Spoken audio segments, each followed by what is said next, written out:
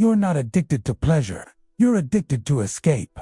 The more you obey your lust, the further you drift from your own will. Today, you'll understand why Freud believed that mastering your desire isn't repression, it's revolution. Freud once said that civilization began the moment man chose to resist his first instinct. That's the part no one tells you real. Power doesn't come from giving in. It comes from holding back. But you've been trained, conditioned, rewired to think the opposite. You chase pleasure like it's a sign of freedom, but in truth, it's become your leash. The more you indulge, the less of you remains. Because every impulse you obey without question is a surrender, a small erosion of your sovereignty. And what Freud uncovered, what modern men refuse to admit, is that unmastered desire is not harmless. It's a system of self-sabotage, wrapped in dopamine and sold as liberation. You scroll, you click, you fantasize. Not because you're free, because you're bored, anxious, restless. Your mind is starving for clarity, but you keep feeding it stimulation. You think you're choosing, but you're reacting. You're not in command, you're just the last domino in a chain of invisible manipulations. And here's the terrifying part. Freud warned us that the libido isn't just about sex. It's the engine of your psyche. It fuels creation, ambition, connection. But when hijacked, it turns inward, becomes compulsive, destructive. It devours the very man it once drove. And now, look at the world. Men numbed by porn, weakened by instant gratification, unable to sit in silence without reaching for a screen. Lust isn't just about the body, about your attention, your time, your focus. And in this battlefield of the modern psyche, the man who cannot resist is the man who cannot build. You can't create something eternal while serving a hunger that resets every hour. Freud believed that when man represses nothing, he becomes a slave not of morality, but of chaos. Jung later echoed that truth. Until you make the unconscious conscious, it will direct your life, and you will call it fate. But what if your fate is just a predictable path of someone who never questioned his cravings? What if the system thrives because you don't? What if your so-called freedom is just algorithmic obedience? A life spent responding, never. Commanding a mind without lust isn't sterile, it's surgical. It cuts through the noise and returns the man to his center. It's not about suppression, it's about transformation. It's the redirection of power from compulsion to clarity. A weapon sharpened not by indulgence, but by refusal. Because the man who can say no to what the world insists he needs becomes untouchable, focused, free. This isn't about celibacy. It's about reclaiming what your instincts have been leaking for years. It's about realizing that most of what you chase isn't pleasure, it's anesthesia. And Freud knew, if you don't take control of your desires, they'll take control of your destiny. So now, ask yourself, who's actually steering your life? You, or the lust that never leaves you alone? Today, we begin the shift. From hunger to power. From reaction to command. From lust, to a mind sharp enough to conquer in silence. They say you're free. That modern man has escaped repression. That you no longer need to control your instincts, because your instincts are part of who you are. But look closer. How free are you when every urge owns you? When your attention is hijacked before you even notice it slipping. Freud warned us, when man becomes a servant to his own libido, he doesn't become liberated, he becomes fractured. Not because desire is wrong, but because without structure, desire becomes a god. And gods always demand sacrifice. Today's man sacrifices more than time. He gives away his clarity, his presence, his fire, not to a single enemy, but to 1,000 temptations disguised as freedom. In Freud's early work, especially 3 essays on the theory of sexuality, he dismantled the myth that lust is harmless. He understood libido as a double-edged sword capable of building or destroying, depending on whether it is wielded or obeyed. The man who obeys blindly never builds. He reacts, he spirals, he drowns. And neuroscience has confirmed what Freud predicted in theory. A 2020 study from the University of Cambridge linked compulsive sexual behavior with reduced connectivity in the brain's impulse control regions, particularly the prefrontal cortex and anterior cingulate gyrus. That's not abstract. It means the more you indulge in stimulation without meaning, the less capable you become of resisting it next time. Your hardware adapts to addiction. The machine of your mind starts serving the pattern, not your purpose. But this is bigger than porn, bigger than sexuality. This is about psychic exhaustion, the kind of slow death that happens when you're constantly reacting and never choosing. The invisible castration of the modern male isn't about biology, it's about will, about how easy it is to strip a man of power when he confuses hunger with direction, when he can't tell the difference between craving and calling. This erosion isn't loud. It doesn't look like collapse. It looks like distraction, like a man too restless to be still, too wired to feel, too stimulated to think. And here's the worst part. It's by design.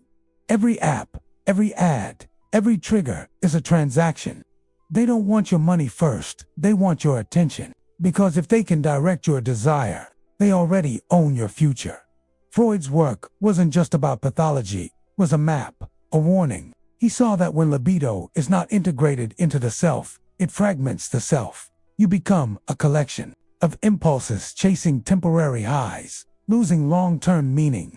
And the longer you chase, the more your inner authority dissolves, until you're just another man with fire in his chest but no idea how to hold it. So what's the answer? Not purity, not shame, not repression, discipline, vision, the conscious redirection of energy into something you choose, not something that chooses you. When you stop reacting, you begin commanding. When you delay the hit, you unlock the forge. Desire doesn't die, sharpens, and sharp desire builds empires. But unshaped desire, it just burns the house down. That's the moment of rupture, when you stop confusing your cravings with your core, when you stop thinking that every urge deserves a response. That's when the shift begins. When your energy or sexual, creative, mental fire returns to your grip. When the same power that once scattered you starts to serve you. If that, hit something real good. Because this conversation isn't about guilt, it's about clarity. And clarity only comes when you stop numbing and start noticing. So if you're still here, and this stirred something that matters, do this, leave a like and subscribe to the channel. Not for motivation, but because until you face this truth to the end, the part of you that could lead will always be stuck. Following. They say you're in control, that you're the architect of your own life, but the truth is, you're not.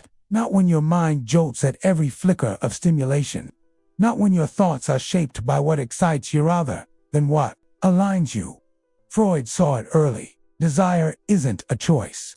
It's a current. And if you don't learn to steer it, you drown pretending to enjoy the ride. He didn't reduce libido to sex.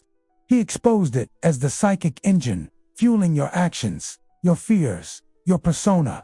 But the modern man, overstimulated and no longer uses this energy to create. He leaks it across pixels, fantasies, dopamine loops. Porn isn't just a habit, it's become architecture. Culture doesn't chain you, it distracts you. And while you're watching, swiping, craving, life is slipping from deliberate to automatic.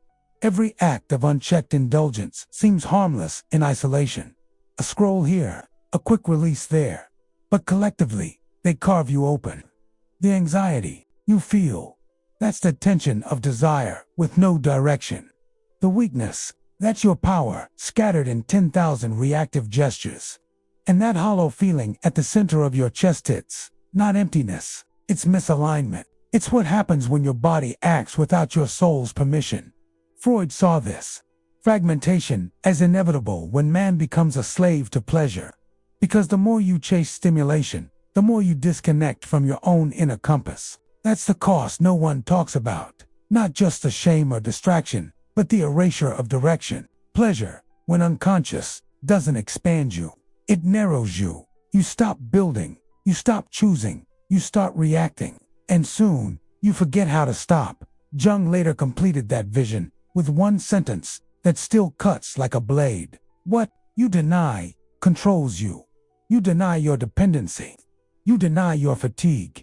You deny that maybe your habits aren't harmless. And while you deny, they define you. Your will becomes a puppet pulled by unseen forces. And your identity, a collage of reactions dressed up as choice. Modern culture masks this decline with a sinister twist. It sells you autonomy while feeding you dependency. It praises liberation while burying you under algorithmic seduction. You think you're free because you can click, scroll, indulge at will. But that isn't will. It's programming. The difference between power and slavery isn't how much you can get. It's how much you can hold without losing yourself. This is where the illusion shatters. Pleasure is not always power. Often, it's camouflage. Addiction wearing the face of reward. Dependency disguised as autonomy. And if you believe that fulfilling every urge makes you strong, you've already been conquered. Because no one fears a man who's constantly feeding. They fear the man who knows when to fast. Lust has become a weapon, but not the way you think. It doesn't dominate others. First it dominates you. It invades your time, weakens your will, replaces reflection with reaction. And in that state, you are no longer a threat. You are manageable, predictable, controlled. You mistake the cycle for choice, the craving for hunger, the indulgence for dominance. But here's the rupture. The man who cannot master his hunger will be devoured by it. Not suddenly, slowly, through disconnection, through shame, through a life built on momentary relief rather than long-term purpose. The man who can't delay his pleasure forfeits his future. So now the question isn't, how much do you want? It's how much of yourself are you losing trying to feed what was never meant to lead? Because if you don't command your urges, they will command your identity. And once that happens, you no longer live. You perform, you please, you survive in fragments. But you were never born to be a fraction. You were born to wield the whole fire. And that only happens when you stop running and start reclaiming what you gave away. You think your decisions are yours, that your preferences, your reactions, your routines are personal. But if someone can predict what you'll click next, are you still choosing? That's the error no one sees. The belief that because you feel desire, it must be yours. But most of what excites you has been programmed through repetition, exposure, emotional fatigue. Your impulses aren't instincts, they're instructions written by invisible hands. And you follow them like a loyal machine dressed as a man. The modern male psyche has been rewired to chase stimulation instead of silence. Stillness feels threatening. Boredom feels like failure. And yet, it's only in stillness that clarity is born. But clarity is dangerous to the system. A clear mind can't be sold the same lie twice.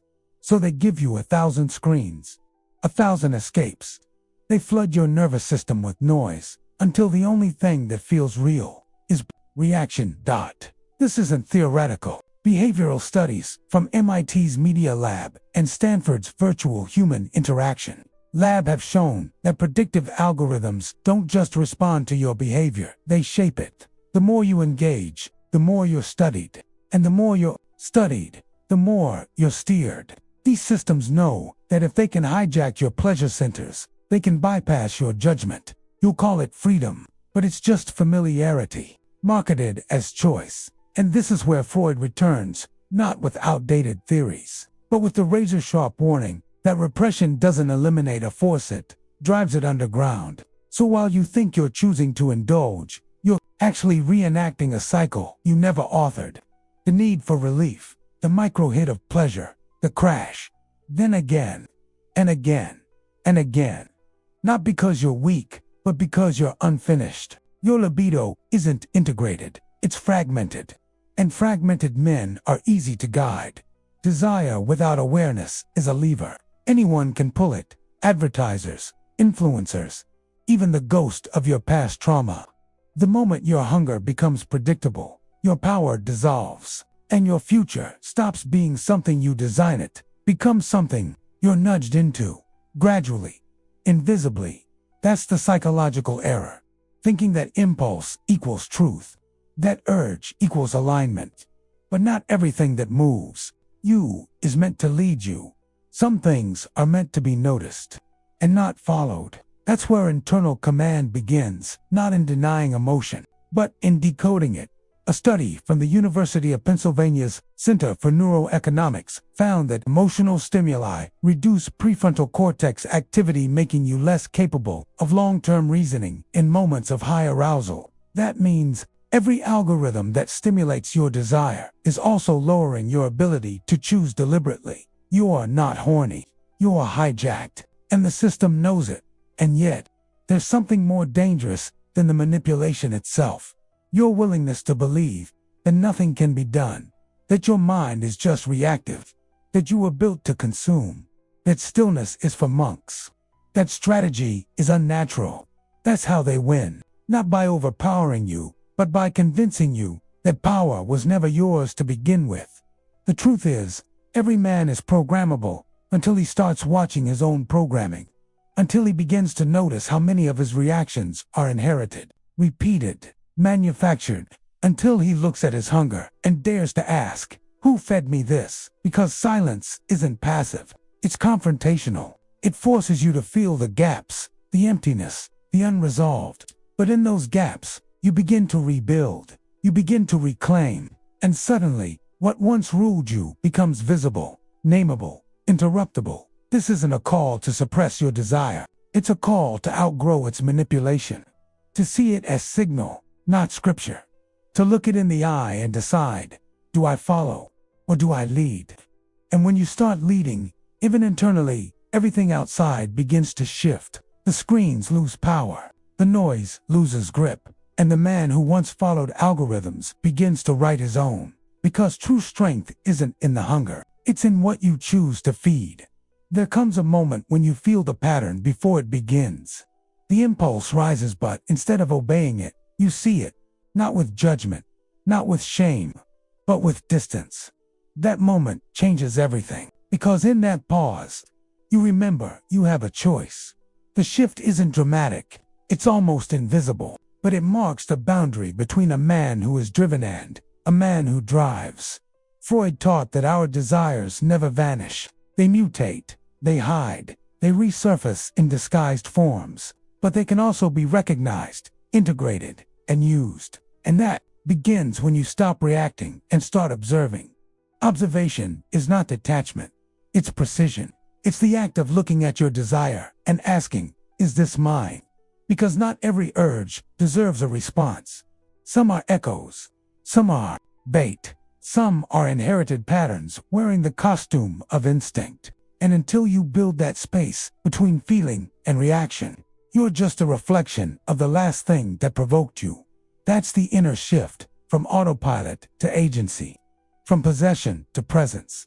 It doesn't mean you stop feeling, it means you stop confusing the feeling with the need to act. And that's where your will begins, not in what you resist, but in what you question. Jung once said, until you make the unconscious conscious, it will direct your life, and you will call it fate. But observation is how the unconscious becomes visible. Not through analysis, through stillness, through the decision to watch the storm instead of becoming it, to feel the hunger rise, and not move, not yet. This is not about asceticism. This is not about silencing your fire. It's about containing it long enough to know where it wants to burn. Because a man who responds to every spark never builds a flame. He flickers, he flares, and then he fades. Discipline isn't the enemy of desire, it's the architect of it. There's power in the pause, the moment between stimulus and reaction. That gap is where the narrative is rewritten, where you choose not to be the man who always needs to feed, but the one who knows how to hold. And in that holding, something ancient returns, authority. Inner command, the ability to say not now without shame, to say I see you to the craving, and still walk past the door it's banging on. Most people think freedom is doing what you want, but that's chaos. Real freedom is choosing what to want, and that choice only becomes real when you've seen the urge and survived it, when you've looked lust in the eye, not to destroy it, but to remember that you're no longer owned by it. This is the beginning of self-mastery, not the absence of desire, but the rise of discernment. And the man who learns to observe becomes dangerous because he can't be baited, can't be puppeted by screens or cravings. His mind is no longer a hallway of open doors. It's a fortress.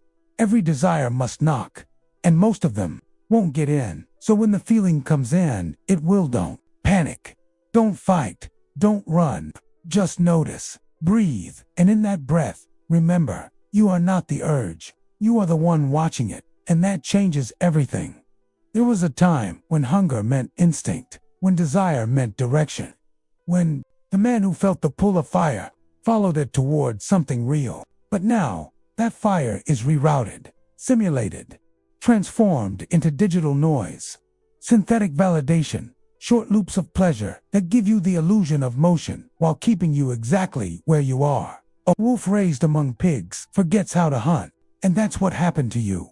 You weren't made to scroll, to beg, to prove. You were built to stalk your vision, to stand in silence, to strike only when necessary. But they fed you crumbs and called it a feast. They gave you stimulation and called it connection. They gave you lust and told you it was conquest. Lust is the fake hunt. It gives you the thrill without the kill, the spike of adrenaline without the danger, the illusion of mastery without the consequence of building anything that lasts. And so you chase it again and again, not because you're hungry, but because you've forgotten what real hunger is supposed to feel like. Freud would see this not as freedom, but regression. He believed that unchecked libido, when not integrated into higher aims, pulls man backward toward infantile gratification, toward the repetition of pleasure without meaning. And you see it in the man who swipes for hours, who flirts out of habit, who performs dominance without ever holding power. He's not a predator. He's prey-trapped in a cycle he calls choice, because the man who thinks he's choosing without awareness is the easiest to manipulate. He's reactive, emotional, predictable, and nothing about that is dangerous. The world doesn't fear him, it profits from him. It counts on his need to be fed, to be entertained, to be seen, but never to rule. This is where the predator dies, not in blood, but in boredom. In a life so overfed with options that it forgets how to wait, how to want, how to sharpen its teeth before the hunt. And that's what abstinence really is. Not moral purity, not shame, but war strategy. A tactical retreat from false targets. A refusal to waste arrows on shadows. Because the real prey isn't the thing you crave. It's you when you stop seeing the difference between craving and calling. When every desire becomes urgent, you lose your sense of hierarchy. You forget what deserves your pursuit. And slowly, the hunter in you is silenced, tamed. Look around. How many men do you know who are alive, but not alert, present, but not potent, moving, but not aiming? They've been fed, entertained, pleasured, but never initiated. And without initiation into discipline, vision, silence, they remain stuck in the simulation, thinking they're conquering, when they're just consuming. True power begins when you walk away from the fake hunt, when you let the craving rise and do nothing, when you feel the urge to conquer and wait. Because not every battle is worth your blade, not every signal is sacred, and not every hunger is meant to be fed. Abstinence, in this sense, becomes a weapon, not a denial of your masculinity, but its resurrection, a reminder that the man who doesn't chase every spark is the one building a fire worth sitting near. The one who knows how to hold back is the one who can strike with precision, and the world doesn't know what to do with that kind of man, because he can't be bought, he can't be baited. He's not starving, he's storing, he's waiting, watching, sharpening the edge of his will. So ask yourself, are you still the hunter, or have you been tamed so slowly, so silently, that you now think the cage is a shelter? Because if you mistake the simulation for the hunt, you'll keep running in circles. But if you stand still long enough to remember your need, realize the real prey was never out there, it was your potential, and it's time to take it back. Most men aren't afraid of failure. They're afraid do que aconteceria se parassem de falhar do mesmo jeito. Porque se a fuga termina, sobra o confronto. E é aí que a maioria é qual. They call it peace, but it's paralysis. They call it balance, but it's avoidance. Deep down, they know real power comes with weight, and it asks for solitude, discipline, and sacrifício. Três coisas que o ego evitou a vida inteira. It's easier to stay distracted, easier to chase, to scroll, to fantasize.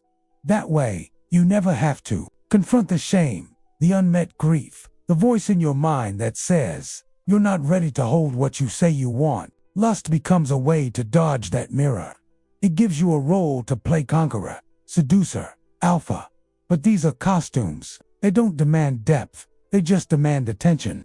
And attention is cheap. It looks like recognition, but it costs you nothing but time and your soul. Freud wouldn't be surprised. He believed that most men are governed not by what they admit, but by what they avoid. The libido that doesn't serve becomes a ghost, possessing every choice, haunting every ambition, sabotaging every relationship that gets too close to your real self. Because real power doesn't seduce, it transforms. And transformation is violent to the part of you that has made a home in avoidance, to your comfort, your persona, your habits. The moment you stop leaking your power through impulsive gratification, the energy returns to your system, and the system panics, because now there's no excuse left. That's what makes this path so rare. Not because it's hard, but because it's honest, because it forces you to ask, what would surface if the lust stopped? What version of me have I been hiding behind this cycle of chasing and release? And the answer to that question terrifies most men, because it demands death, the death of identity built on validation, the death of the boy who needed approval, the death of the man who performed strength but never sat with silence long enough to meet it for real. That silence is sacred. It's not empty, it's loaded. It carries everything you've postponed, the potential, the discipline, the hunger that doesn't flee at the first distraction. And stepping into that space is the beginning of dominion. The man who fears his power doesn't need another motivation, speech. He needs stillness. He needs to taste his own edge, not to bleed, but to realize he's not made of glass, that he can hold tension, withstand impulse, delay gratification, and in doing so, awaken something ancient in him. Because when lust fades, clarity speaks, and what it says is unsettling. It tells you where you've betrayed yourself, where you've wasted fire, where you've bowed to noise instead of forging signal. And it dares you to stop, to stop pretending, to stop posturing, to stop outsourcing your strength to shallow highs. Freud would ask, is the man you are today built on pleasure or forged in pressure? If the answer scares you, good. It means you've found the doorway. And the fear isn't your enemy. The cost of crossing through to master your lust is not to become holy. It's to become whole. There's nothing divine in denial. Nothing sacred in pretending you no longer burn. The goal was never to erase desire, it was to stop being erased by it. Because every time you gave in without question, a part of you went silent, not punished, not judged, just faded. You've been told that discipline is restriction, that control is repression. But here's the truth. The man who cannot command himself must obey. Nietzsche knew this. Obedience doesn't always wear a chain. Sometimes it wears pleasure. Sometimes it wears comfort. And comfort, for the modern man, has become the most beautiful kind of prison. Jung said, what is not made conscious becomes fate. You've lived that. You've seen your reactions repeat. You've felt the same shame wash over you after. The same click, the same scroll, the same indulgence that promised fire but left only smoke. That's not fate. That's an unconscious life. Lust, when not integrated, becomes a leash. And the worst part is, you hold it yourself. You carry it in your pocket. You worship it in the form of options, of speed, of shortcuts. But all it's done is make you forget what it feels like to truly choose, to want something with both hands, both eyes open, and no craving behind it, only clarity. And clarity doesn't scream. It whispers. It speaks in the silence you've avoided for years. And that silence is where you'll meet your power knot. because you've conquered your desire, but because you've stopped mistaking it for truth. The sword in the stone was never about strength. It was about restraint. Only the one who didn't grab it in impulse was worthy to wield it. That's the symbol. The man who earns power through stillness is the one who won't use it to destroy. The one who knows how to wait is the only one who's earned the right to act. This is your turning point. Not a promise of instant change, but the slow return of command. The quiet unlearning of a lifetime of noise. The decision to stop fleeing and start observing. Because once you begin to see your urges clearly, they stop being gods. They start being signals. Some to follow, most to let pass. And that's freedom. Not the absence of hunger, but the ability to choose which hunger becomes action. Not the killing of fire, but the building of a furnace. A place where heat doesn't burn, builds dots. So you ask, what now? You pause, you don't react. You notice, and that noticing will be your rebellion. In a world that profits from your obedience to impulse. Your stillness is an act of war, and if any part of this resonated, it names something you've been carrying quietly. Help this message live. Leave a comment. Subscribe to this channel, because silence like this only reaches others when it's echoed. No, you won't be perfect tomorrow, but you won't be prey either. The sword is still in the stone, and now you finally see why. Not everyone is meant to pull it, and I invite you to watch other videos on this channel. There are more truths lurking, sharp, real, and necessary. See you in the next one.